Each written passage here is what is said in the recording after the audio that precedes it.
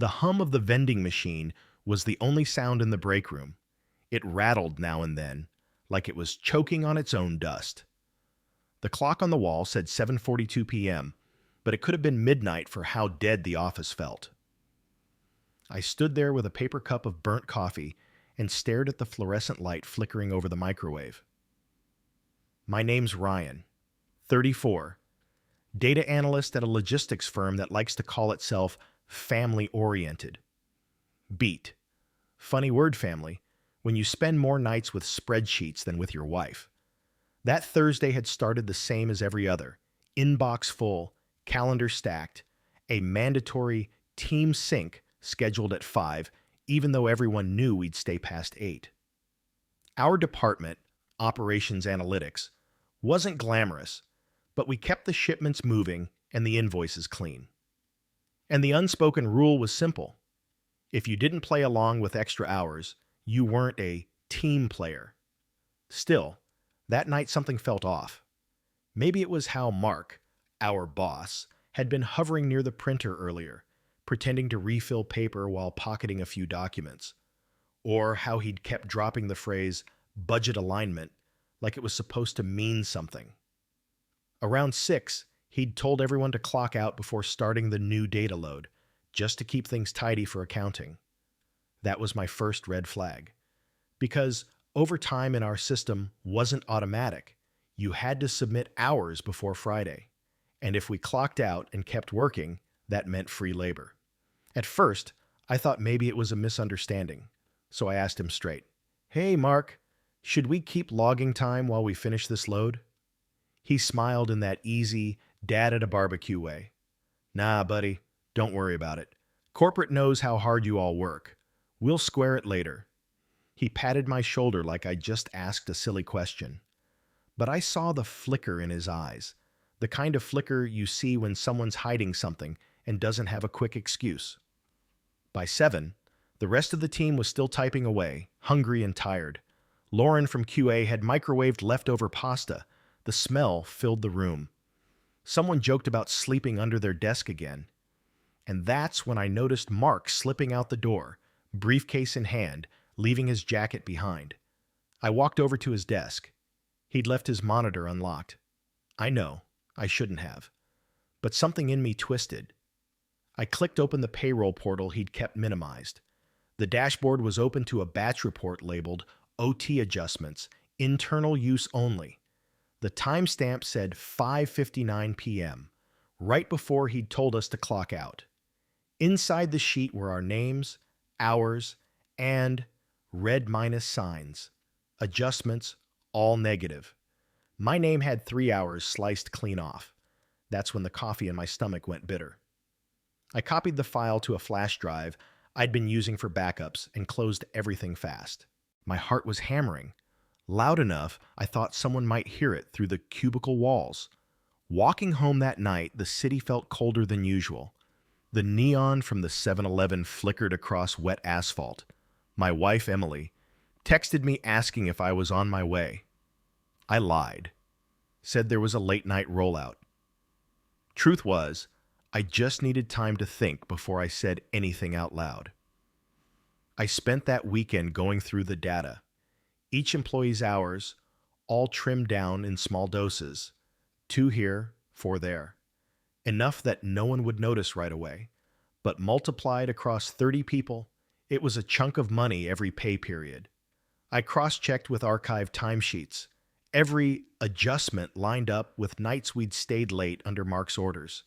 Sunday night, I printed the records, sealed them in a manila folder, and slipped them into my work bag. I didn't know what my plan was yet. HR, anonymous report, union rep, beat. The truth is, I was scared. Corporate HR wasn't known for protecting employees. They were known for managing optics. Monday came heavy. The office smelled like cheap coffee and printer toner. Mark was already there, leaning against someone's cubicle, laughing too loud. He called me champ and asked how my weekend was. I smiled back, pretending I didn't have proof he'd been robbing us 1 hour at a time. At lunch, I tried testing the waters. Asked Lauren if her last paycheck looked right. She said it was short, but assumed it was taxes or health premiums. Everyone had a similar story. Little discrepancies they shrugged off. When I hinted it might be something else, people clammed up. By the end of the day, I decided to file a complaint. Quietly. Our HR portal had a link for ethical concerns. I uploaded the report, attached copies of the file, and hit submit. The screen flashed a thank you message and a note that the issue would be reviewed confidentially. That was Monday. By Wednesday, Mark started acting different, smiling less, watching me more. Once, I caught him lingering by my desk, pretending to check his phone. Then he started calling sudden team check-ins. Each one opened with him talking about trust and loyalty. Friday morning, I got an email from HR. Please attend a mandatory compliance meeting at 10 a.m. No subject line, no explanation. The conference room was colder than usual. Mark sat across the table with his arms folded. Next to him, our HR rep, Denise, looked like she'd rather be anywhere else. Mark started first. Ryan, we've had some concerns about your attitude lately, complaints about negativity, lack of team spirit. I blinked. From who? Anonymous, he said, smiling just enough to make my skin crawl. Denise cleared her throat. This isn't disciplinary, just a coaching session. Mark values your contribution, but he's worried you've been undermining morale. I laughed before I could stop myself. Morale? I've been working unpaid overtime for weeks. Mark tilted his head, feigning confusion. Unpaid? That's not how our system works, buddy. Maybe you just misunderstood how time reporting functions. I pulled a paper from my folder, the overtime adjustment sheet, slid it across the table, then explained this. His eyes flicked down. A small muscle twitched in his jaw. Where'd you get that? Doesn't matter. It's real. Denise's gaze darted between us. Okay, let's pause. Ryan, you shouldn't access internal documents without authorization. So you're saying the problem isn't the theft? It's me noticing it? I said. My voice cracked somewhere between anger and disbelief. Mark leaned back, smirking. Ryan, you're reading too much into standard payroll alignment. Those are automated system adjustments. They were time-stamped from your account. Silence. You could hear the clock ticking above the projector screen. Denise shifted in her seat. Let's not escalate this here. Ryan, we'll review this further and follow up. I left the room shaking, not because I was scared, but because I knew right then that HR wasn't going to help. I'd exposed something they wanted buried. That afternoon, Mark sent out an email to the entire department. Subject: Team Player Recognition. The body read, This week, we'd like to highlight Ryan for his commitment to company values, even during challenging transitions. Please join me in thanking him for setting an example of perseverance and dedication. People clapped in the office chat. Someone brought cupcakes. Lauren gave me a look that said, What the hell is happening? I knew exactly what was happening. He was turning me into a cautionary tale, publicly praising me while privately marking me as the problem. The next week, my workload doubled. Files dumped on my desk, emails marked urgent after 5 p.m. When I tried to push back, Mark said, Come on, champ. Team players don't clock watch. I stopped sleeping well, started drinking too much coffee, scrolling through job sites at midnight. Emily noticed. She asked what was wrong, but I didn't want to drag her into it. One night, after everyone had gone, I stayed to finish a report. Around 9, I heard footsteps. Mark again. He leaned in the doorway, arms crossed. Long night, huh? Yeah. He walked closer, voice dropping low. Listen, I know what you did. You think corporate's going to care about a few hours here and there? They care about optics. They care about loyalty. He set a hand on my shoulder. Let it go, Ryan. Be a team player. I stared at his hand until he moved it. When he left, I sat there staring at the glow of my monitor. My reflection looked tired, smaller somehow. And for the first time, I wondered if this was how they broke people, one spreadsheet at a time. That night, I decided if I was going down, I wouldn't go quietly. I started documenting everything. Every late-night message, every instruction to clock out early, every discrepancy in the system logs. I backed it up to a personal drive, encrypted it, and kept copies off-site. Over the next few weeks, I noticed small shifts. Coworkers whispering less around me, HR meetings popping up without notice, Mark suddenly acting friendlier in public. Then came the corporate audit notice. An external firm was coming in to ensure compliance with labor policies. I didn't trigger it. Someone higher up must have noticed patterns. But Mark didn't know that. He looked nervous for the first time in months. The day before the auditors arrived, he called me into his office. "Ryan," he said, "you've been under a lot of stress. I get it. Maybe we should reset. Fresh start."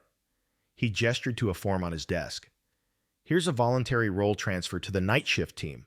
Less pressure, same pay. You'll love it." I picked up the form, read the fine print. It was a demotion. "Not signing this," I said. His jaw tightened. "Then I can't guarantee how the audit will view your performance." I smiled, just barely. "Then I guess we'll both find out tomorrow." He didn't know I'd already sent my full report to the auditors through the anonymous channel. And for once, I hoped the system would do what it claimed to. When I walked out of his office, the air felt lighter. The vending machine hummed again, steady and patient, like it had been waiting for this moment too.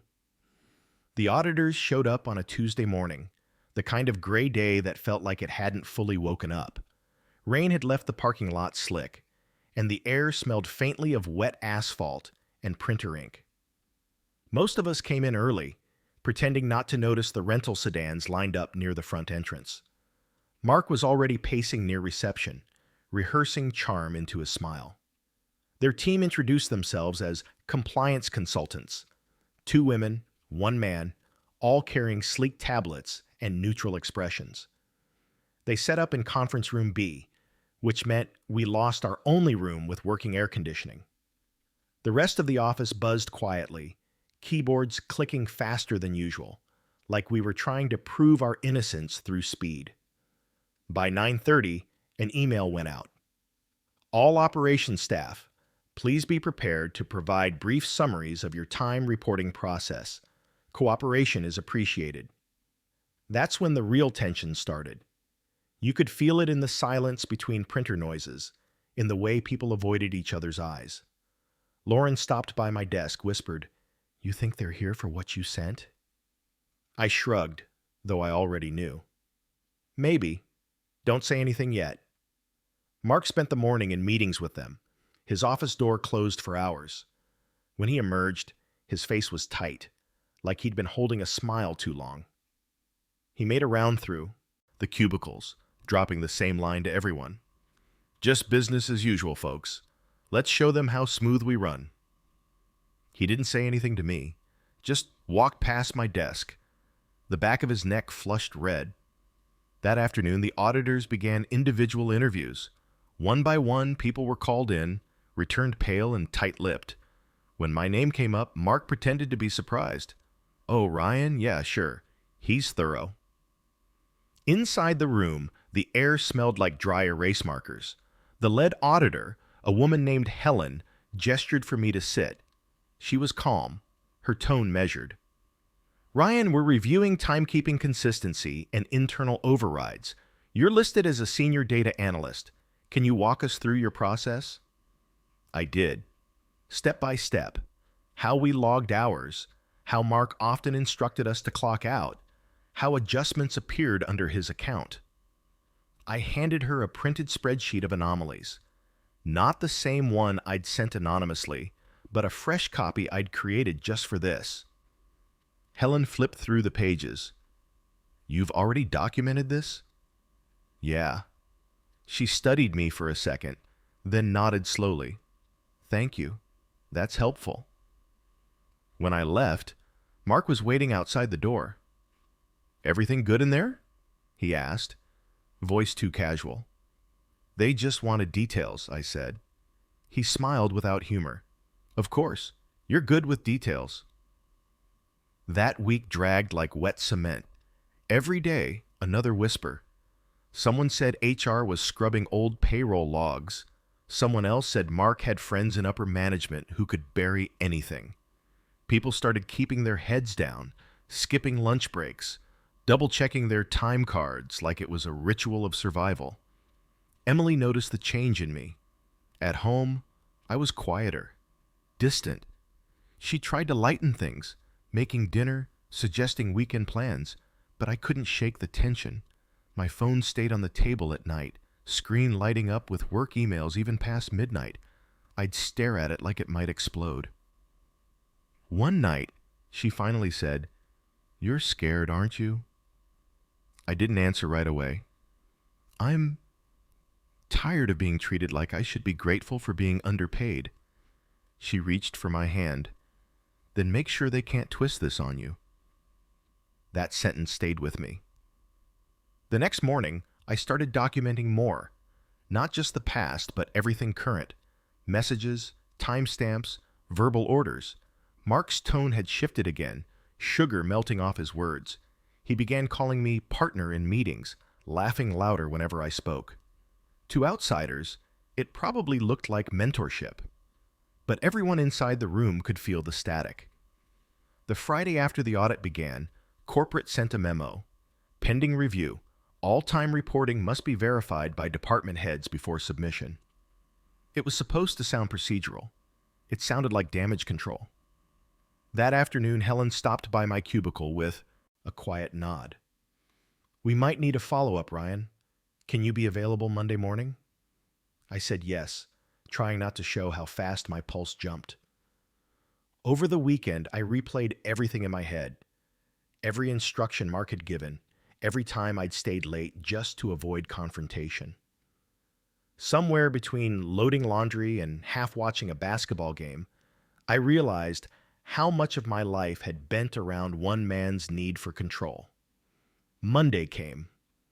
Helen called me in again, this time with another auditor, a man named Victor. They had a stack of printouts in front of them. "Ryan," Victor began, "we found patterns consistent with what you described. Some entries were manually overridden post-submission. Can you confirm these names?" He turned the pages toward me. My name, Lawrence, half the team. Red flags next to every entry. I nodded. "That's everyone." Helen looked up. "We appreciate your honesty. However, I need to let you know something. Your manager reported a breach of confidentiality. Specifically, accessing restricted payroll data." My stomach sank. "He's saying I hacked something?" "We're not using that term," Victor said, "but internal policy might see it that way. Did you have authorization?" I exhaled slowly. "No, but I had reason to believe fraud was happening." Helen leaned forward. "And you sent this information anonymously?" "Yes." She tapped her pen once, thoughtful. "That may actually help. Whistleblower protection might apply here, but corporate's legal department will decide." When I left the room, Mark was standing near the copier, pretending to refill paper again. His smile barely held. "Busy morning, huh?"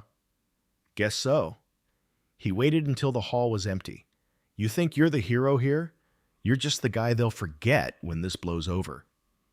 "Maybe," I said, "but at least I won't be the guy everyone remembers for stealing from them." His eyes darkened, jaw twitching. "Careful, Ryan. You've got a mortgage. A family. It'd be a shame if stress affected your performance review." That night, I sat in my car in the dark parking lot, engine off, rain streaking the windshield. My hands trembled on the steering wheel.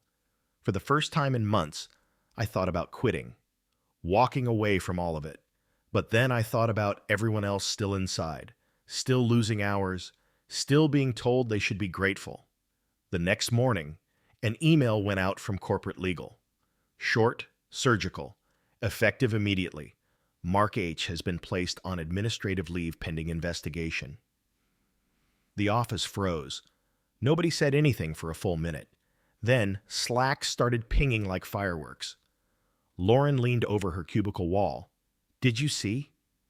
I nodded, pretending to be surprised.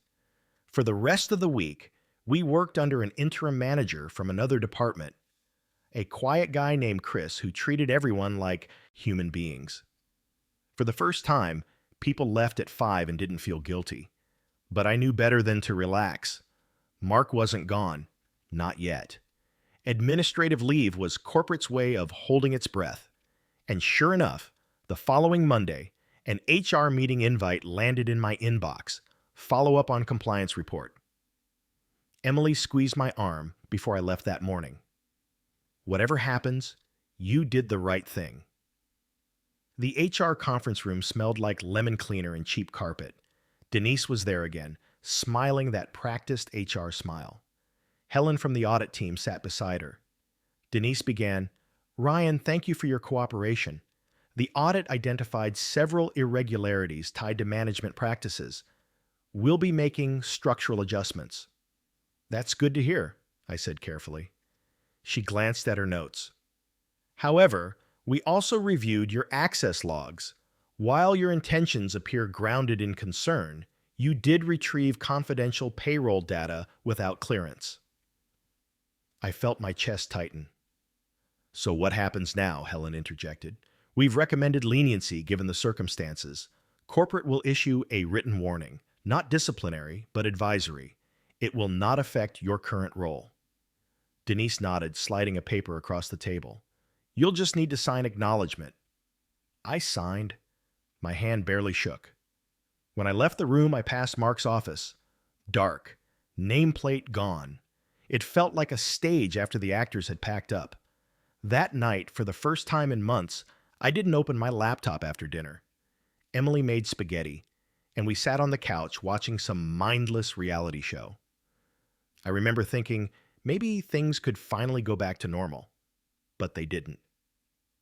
A week later, HR announced Mark's resignation for personal reasons. The email ended with, "We thank him for his years of service." Then, quietly, my name showed up on the org chart as acting team lead.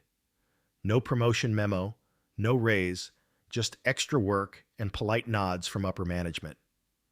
People congratulated me. Lauren said, "Guess you're the hero after all." I didn't feel like one. Every time I looked at the empty office where Mark used to sit, I wondered if his shadow was still in the carpet. But corporate loves symbols, and I'd just become theirs. The whistleblower who stayed. The team player who proved loyalty through endurance. Weeks passed. Projects resumed. Bonuses didn't. The company sent out a memo about improved transparency initiatives, and posters went up in the break room with slogans like, "Integrity is everyone's job." One afternoon, Chris stopped by my desk. "You did good, Ryan. Not everyone has the guts to stand up."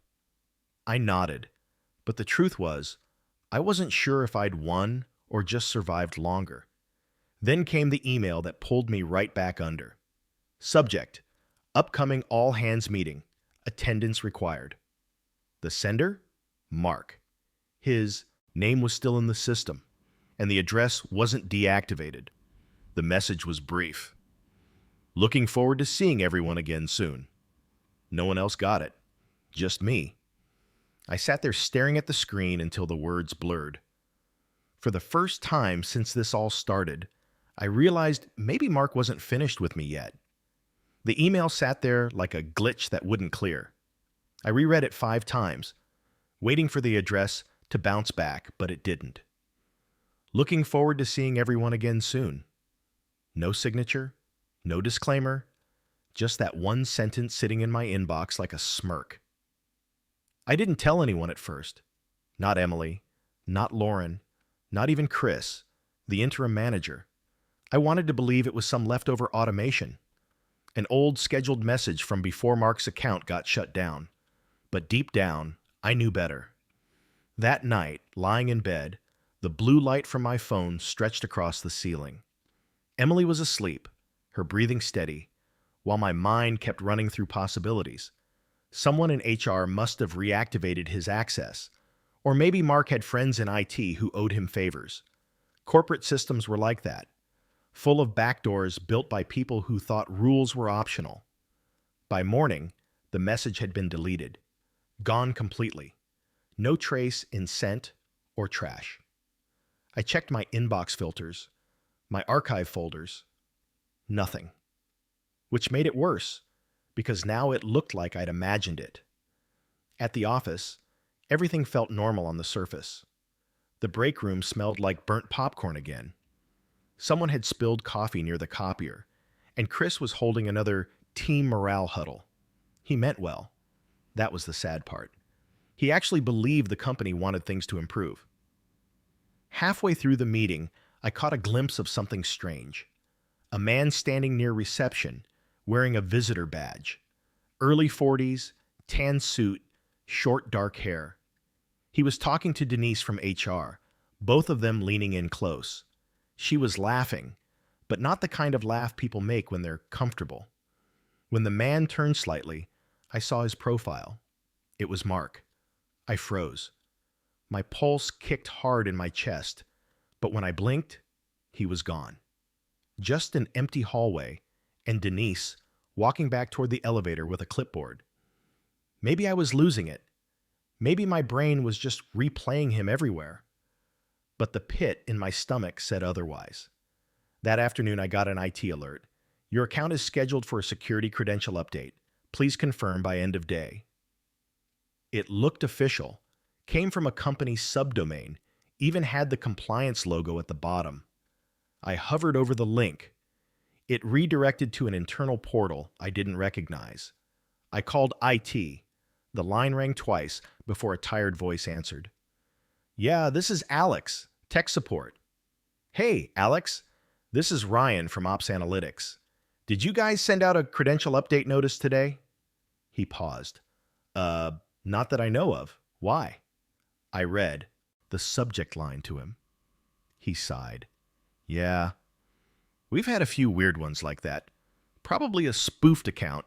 Delete it and change your password just in case.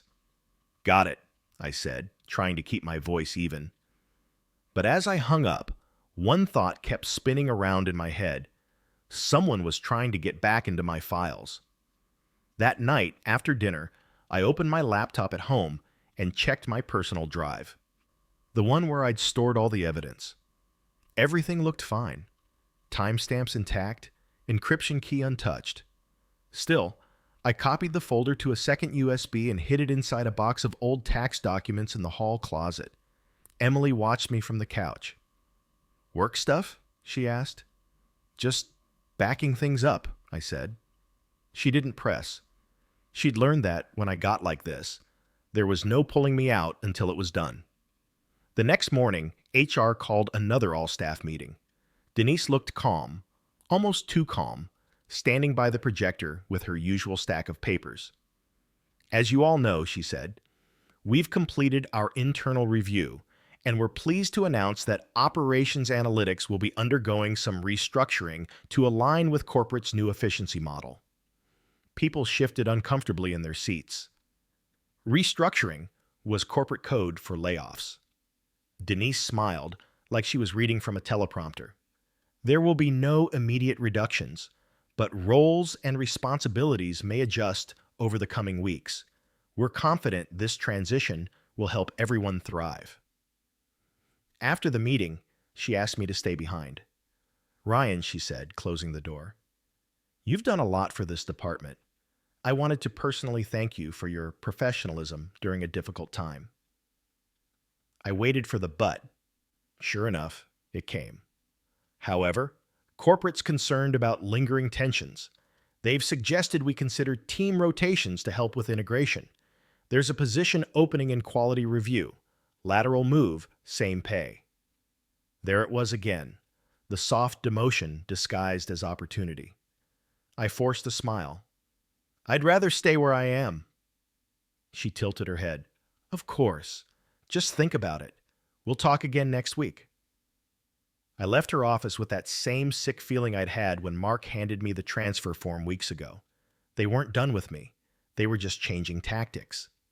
That night, I couldn't shake the sense of being watched. Not paranoia exactly, more like pattern recognition. The way emails loaded slower than usual, the subtle lag when I opened shared drives, even the flicker in the motion sensor light near my cubicle when no one was around. A few days later, I found proof. I was in the break room when Lauren pulled me aside, whispering, "Hey, you should see this." She showed me a Slack screenshot, a message from an anonymous user named MHR Review. It read, "Some people can't move on. Some people need reminders about loyalty." The timestamp was late at night, posted in our private analytics channel, then deleted minutes later. "MH," I said quietly. "Mark H." Lauren nodded. "Who else would it be?" I reported it to Chris.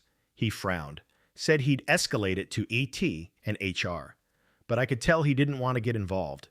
He'd seen what happened to me when I tried. 2 days later, IT wiped our Slack archives for storage optimization. Every trace of that message disappeared. That was when I realized something. The company didn't just want to forget what Mark had done.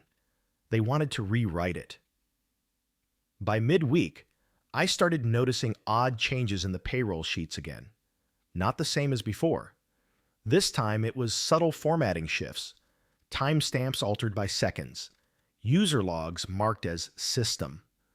Whoever was doing it knew how to cover tracks better now. I printed one of the altered files and compared it side by side with the original I'd backed up. The differences were small. A few numbers changed, signatures gone, but it was enough to distort the story. It hit me then. Mark might not need to come back physically. He just needed to make me look unreliable. Friday morning, I got another HR email. "Ryan, please attend a mandatory ethics training at 4 p.m. Attendance will be logged." No one else got the invite. When I arrived, the conference room was empty except for Denise and a man I didn't recognize. Mid-40s, sharp suit, visitor badge. His nameplate said Corporate Counsel. Denise smiled like nothing was wrong. "Ryan, this is Mr. Carson. He's here to talk about data compliance." Carson extended his hand. "Appreciate your time, Mr. Brooks. We just need to review some recent access irregularities on your account." My throat went dry. Irregularities? He opened a folder. Multiple after-hours logins from your credentials, file transfers to external devices, and attempts to access restricted audit data. I stared at him. "That's not me." "Then perhaps someone used your login," he said evenly. "Do you often leave your workstation unattended?" "No, never." Denise chimed in softly. "Ryan, no one's accusing you. We just need to understand how this happened." I looked between them. "You think I'd risk my job reopening the same investigation that cleared me?" Carson didn't answer. He just closed the folder. "We'll need your laptop for forensic review. It will provide a loaner." I sat there stunned as they took my machine, the same one that had all my work files, my backups, my access logs. That night at home, I felt hollow. Emily listened quietly as I explained.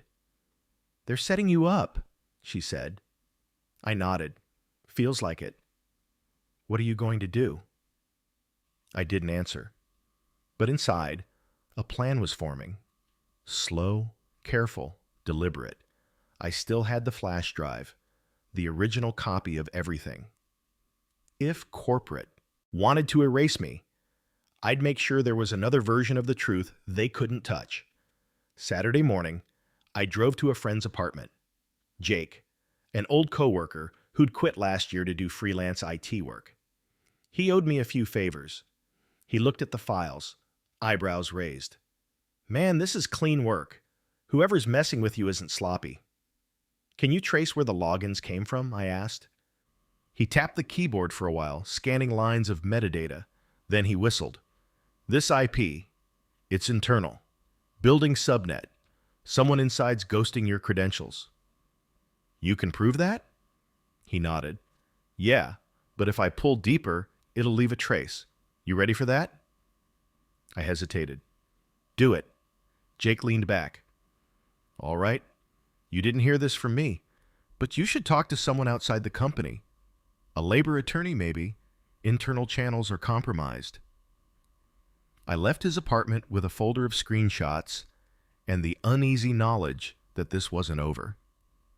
Monday morning, I walked into the office early. Too early.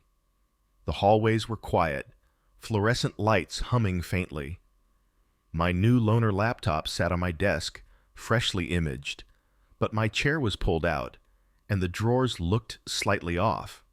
I opened the bottom one. Empty. The folder I kept locked inside, the one with old printouts and notes, was gone. I turned slowly, scanning the office. Cameras blinked from the ceiling corners, silent and indifferent.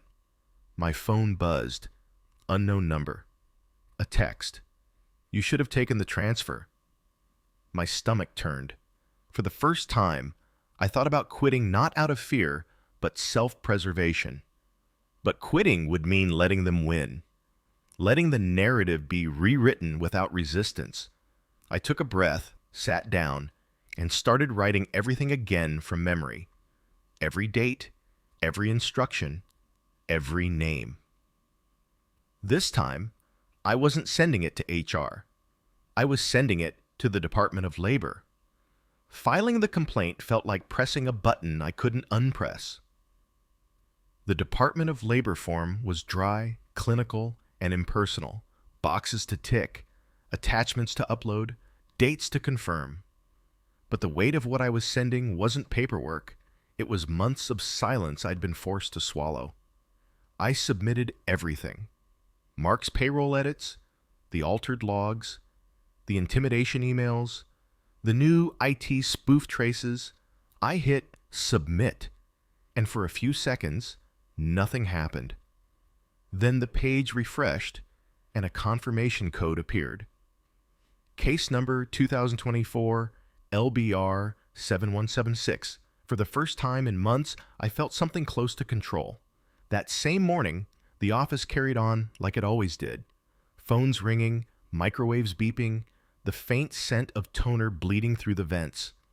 Chris greeted me with a nod that looked more like an apology. He knew something was off, but not how deep it ran. By lunch, Denise from HR sent a company-wide message. A federal compliance inquiry may contact certain staff members. Please direct all communication through HR for consistency. There it was. Damage control, again. The kind that looks calm on the surface, but is really a warning. Don't talk. Don't step out of line. Don't make it worse. Around 2, my office badge flashed red at the elevator instead of green. I tried again. Same thing. The security guard glanced over, uncomfortable. Try the front desk, he said quietly. At reception, Denise was already waiting, her expression rehearsed. System error, she said, smiling. New access protocols after the audit. You'll be fine by tomorrow. Right, I said, because I didn't believe her. When I got home, Emily was sorting through the mail at the kitchen counter. She looked up when I dropped my keys. You look pale, she said. They locked me out of the elevator. She froze. Ryan, I filed the report this morning. Her eyes widened. You actually did it? Yeah. I sat down, rubbing my temples. If I don't fight this now, it's never going to stop. She didn't say anything at first, just set down the envelopes and sat next to me. Whatever happens, we'll deal with it. Together. That night, I couldn't sleep. The rain had started again, tapping against the window like static. Around 3 a.m., I checked my email on my phone. There was a new message. Not from work, not from the government. From an address that looked like a throwaway Gmail. teamplayerreview@gmail.com. Subject, you should have known better. No body, just an attachment. A photo of me leaving Jake's apartment 2 days earlier. My pulse went cold. I looked at the metadata. Time-stamped Saturday, 9:42 a.m. Someone had followed me. I didn't tell Emily that part. Not yet. The next morning, I stopped by IT before heading upstairs. Alex, the support guy I'd spoken to earlier, looked uneasy when he saw me. "Hey, Brooks," he said, lowering his voice. "Between you and me, I'd keep your head down. There's been chatter from upper management. They're talking about internal leaks." "Leaks?" He nodded. "Somebody's feeding info outside the company. Legal's not happy." I felt my stomach twist. "You think they mean me?" "I don't know, man. But they're digging. Just watch yourself." Back upstairs, the energy had shifted. Conversation stopped when I walked past. Lauren avoided eye contact. Even Chris looked like he wanted to help, but didn't know how. By noon, a new email hit my inbox. Mandatory HR meeting. Today, 3:00 p.m. It didn't say what for. When I got there, Denise and Carson, the corporate counsel, were waiting. The blinds were drawn this time, and the air smelled like old carpet cleaner. "Ryan," Carson started, voice smooth, too controlled. "We're investigating a potential breach of confidentiality involving external parties. Do you have anything you'd like to disclose before we proceed?" I felt my pulse behind my eyes. "No." He nodded slowly, as if he expected that. "We've been informed that sensitive data, including internal payroll reports, were sent to an external recipient." "Sent where?" I asked. He folded his hands. "That's what we're trying to determine. If this originated from your credentials, it could be a serious policy violation." I leaned forward. "You're accusing me of leaking the thing I reported through your system?" Denise's tone was practiced calm. "Ryan, this isn't about blame. We're simply trying to resolve discrepancies." I laughed, not because it was funny, but because it was surreal. "Discrepancies? You mean the hours Mark stole? Or the way my account keeps getting used when I'm not logged in?" Carson's eyes flickered, just for a second. "We're not here to relitigate prior issues." "Then what are you here to do?" I asked. He smiled, thin and professional. "To protect the company's interests." I walked out before they could say more. My hands were shaking so hard, I almost dropped my badge. That evening, I met Jake again at a diner off the interstate. He slid a tablet across the table, screen glowing with code. "Track the ghost logins," he said. "It's internal, yeah. But here's the kicker. The credentials being used were cloned before your password reset. Whoever's behind it had admin-level access. You can prove it? Yep, time-stamped, network node, all of it." I stared at the screen. So Mark wasn't acting alone. Jake shrugged. "Wouldn't be the first time management covered each other's tracks. But here's the thing. If you're going to take this up the chain, don't do it through HR. Go public or go legal." I left the diner with the USB he gave me and an ache behind my eyes that wouldn't quit. At home, Emily was waiting in the living room. The TV was off. She looked tired. "Ryan, there was a car parked outside for hours," she said quietly. "Silver sedan, same one as yesterday." I looked out the window. Empty street, wet pavement, but she wasn't imagining it. Emily didn't spook easily. I sat beside her. "I think they're watching me." She nodded. "Then we document everything." Over the next few days, I built my own archive. Not just files this time.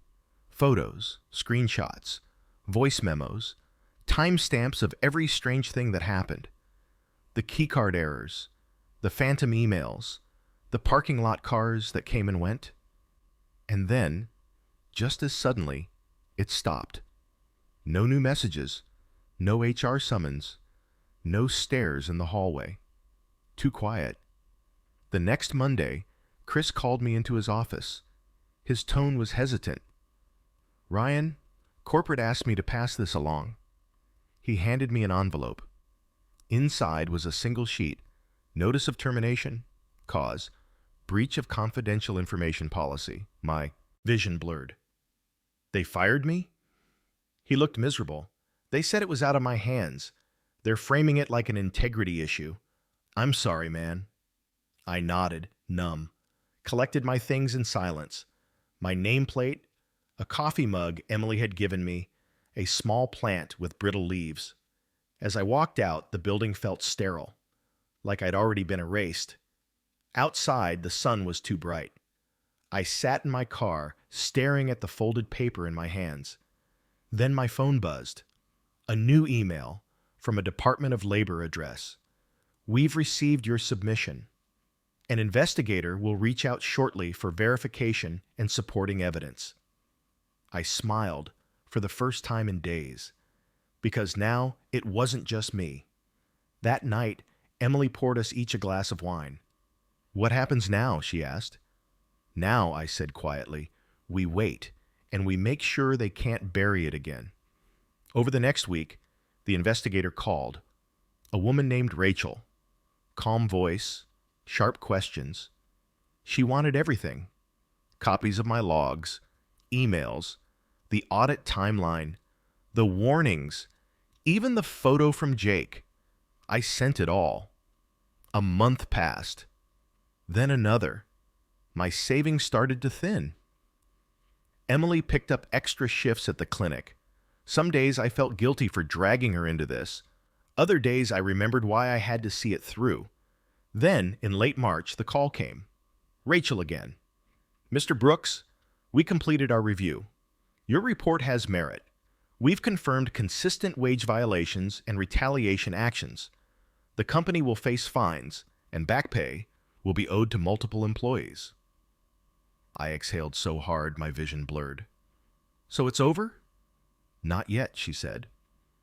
You'll need to decide whether to pursue an individual retaliation claim. That's separate from the wage recovery. I thought of the sleepless nights, the ghost messages, the car outside. Yeah, I said, I'll pursue it. Within days, word spread quietly. Coworkers reached out, Lauren, a few others, saying they'd gotten calls from investigators too. HR had gone silent. The company released a bland statement about cooperating with regulatory review. But that wasn't the end. One morning, I opened my mailbox to find a thick envelope. No return address. Inside was a printed screenshot, a new one, of my Department of Labor submission. Highlighted in red was my name, my personal address, my contact info, and a note on top, transparency works both ways.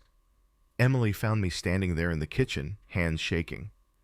They know where we live, I whispered. She took the paper, eyes wide, then straightened her shoulders. Then we go to the police. We did, filed a report, handed over the envelope. The officer was polite but non-committal. Could be a prank, he said, but he promised to log it. Rachel called again 2 days later, her tone colder now. We've traced some interference with your case. Be careful, Mr. Brooks. Don't engage with anyone from your old company directly. Everything goes through us. Are they allowed to? They're not, she said firmly, but that doesn't mean they won't try. For the next week, my life narrowed to quiet routines. Grocery runs, morning walks, emails to lawyers. Then one evening, as I was locking the door, a letter slid under it.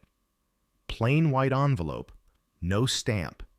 Inside, a single sentence typed in bold. You wanted the truth. Now you'll get it. No signature, and underneath it, a printed photo. Mark standing outside the corporate building, talking to a man I didn't recognize. The timestamp? 3 days ago. The photo of Mark wouldn't leave my head. 3 days ago. He was supposed to be gone, officially resigned, quietly scrubbed from the company site, erased from the directory. Yet there he was, standing in front of the same building that had thrown me out, talking to someone who looked like he belonged there. Not a trespasser, an insider. I sat at the kitchen table, staring at the picture, until my coffee went cold. Emily hovered by the counter, watching me with that expression she got when she knew I was about to do something reckless. "Don't," she said softly. "I'm not going near him," I said. "I just want to know who that is." She folded her arms. "Ryan, Emily, if they're still covering for him, this isn't over. Not until I know how deep it goes." She didn't argue after that, just handed me my keys, quietly, the way you hand something to someone you know won't listen until they've seen it for themselves. It took me half an hour to drive downtown. The glass facade of the building reflected the morning light, all bright and indifferent. I parked across the street, half hidden behind a delivery van, and waited. 10 minutes passed, then 20. Employees drifted in, flashing badges, chatting over coffee cups. Normal life. At 9:15, Mark walked out. Suit pressed, hair slicked back, visitor badge clipped neatly to his lapel. He looked the same, too confident, too sure of himself, but thinner somehow, like the months away had stripped a layer of performance from him. The man from the photo appeared beside him, shorter, heavier, older. A name flashed briefly on the visitor kiosk as he swiped out, David Pierce, Regional Director. My stomach turned. That was upper management. The same level that had approved my termination. I followed them at a distance as they crossed the street and entered a cafe 2 blocks down. Through the window, I could see them talking. Mark leaning forward, smiling, gesturing with his hands like he was pitching something. Pierce listened, nodding slowly. It hit me like a slow realization. Mark wasn't back as an employee. He was consulting, advising, helping clean up the mess. In other words, helping control the narrative. I left before they could see me. There was no satisfaction in it, just a quiet, nauseous anger. That afternoon, I called Rachel, the investigator. "He's back," I said. "Who?" "Mark. He's working with your corporate contact, Pierce. I saw them together this morning." Rachel was silent for a moment. "That's concerning. If true, it would violate cooperation terms." "It's true," I said. "I have a photo." "Forward it to me," she said. "And Ryan, don't approach him again. We'll handle it." I wanted to believe her. I really did. But after everything that had happened, the fake emails, the staged irregularities, the silent erasures, I'd learned one thing. Corporations protect themselves first. That night, I couldn't sleep again. The house was dark except for the dim glow from the porch light outside. Every sound felt louder. The refrigerator hum, the creak of the floorboards, even the soft rustle when Emily turned in bed. At some point after midnight, I sat at my desk and started writing. Not for the Department of Labor this time, not for HR, for myself. I wrote everything from the beginning. The overtime edits, the confrontation, the audit, the fake praise email, the retaliation, the ghost accounts, the firing, every date, every conversation, every lie that had turned into policy. By sunrise, it filled 37 pages. I uploaded it to a new email draft addressed to Rachel, with one blind copy sent to a journalist I'd met years ago when the company was expanding. I didn't know if she'd even remember me, but it didn't matter. I needed a witness outside the system. I hit send. At 9 a.m., Rachel called. "We've received your follow-up, Ryan. You may want to sit tight for a few days. There are developments." "What kind?" "The department's issuing subpoenas for internal correspondence. It looks like someone's been interfering with investigation files, potential obstruction." "Mark?" "We can't say yet," she replied carefully. "But you were right to document everything." Her voice softened slightly. "You did the right thing." After the call, I felt something I hadn't felt in months. Clarity. Not relief, not victory, just the clean, stripped-down certainty of truth finally catching up. 2 days later, my story wasn't just mine anymore. An article appeared online. Whistleblower alleges payroll fraud and retaliation at logistics giant. The journalist hadn't named me, but the details were unmistakable. The audit timeline, the wage manipulation, the firing for cause. My former coworkers flooded my inbox with messages. Shock, relief, fear. Lauren texted, "We saw it. Everyone's talking. Thank you." By evening, the company released a statement denying wrongdoing, but confirming temporary suspension of external consultants pending review. Mark's name wasn't mentioned, but it didn't need to be. The next morning, Rachel called again. The company's legal team folded. Settlement talks are in progress. They'll reinstate your benefits, issue back pay, and cover retaliation damages. I sat down hard. So that's it? Almost. There's one more thing. You should know. Your information prompted a broader audit. It's expanding company-wide. You started something bigger than you realize. I didn't know what to say. After everything, the months of gaslighting, the fear, the silence, those words hit like light cracking through a door that had been locked from the outside. When the paperwork arrived a week later, it didn't feel like triumph. It felt strange, anticlimactic. The language was clinical: restitution, acknowledgement, non-admission of liability. Corporate apology without an apology. Emily read the letter first, then set it down. "You did it," she said quietly. "Did what?" I asked. "Proved I was right? Or just survived long enough to be statistically inconvenient?" She smiled, sad but proud. "Maybe both." For a while, things were quiet. The investigation wrapped up. My settlement came through. We paid off the car, took a small trip to the coast. For a few days, I almost felt like myself again, like the part of me that used to believe doing the right thing meant something hadn't been completely erased. Then one afternoon, an envelope arrived. No stamp, no return address, just my name, written in block letters. Inside was a single sheet of paper. No message, just a copy of a paycheck. Mark's. The date on it? 2 weeks ago. Employer listed. Pierce and Harlow Consulting, LLC. Client, my former company. I sat there staring at it, feeling something between rage and exhaustion. It wasn't over. Not really. The names changed, the titles shifted, but the system stayed the same. That night, I didn't write any more reports. Didn't file another claim. I went outside instead, sat on the back steps with a beer, and listened to the quiet. Emily came out after a while, wrapped in a sweater. "You okay?" "Yeah," I said, though I didn't know if it was true. She sat beside me. "You can't fix everything, Ryan." "I know," I said softly, but at least I stopped pretending it was okay. We sat there until the sky went dark.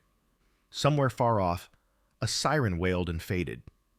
The air smelled like rain again, that same metallic promise of something new. The next morning, I printed out one final document. Not for lawyers, not for HR, not for the news, just for myself. At the top I wrote, "For the record, I did not imagine it." Then I locked it away. Because sometimes justice isn't a headline or a payout. Sometimes it's just being able to tell the truth out loud and know, finally, that you weren't crazy for seeing what everyone else chose to ignore. If this story moved you, subscribe for more real-life confessions and emotional journeys like this one.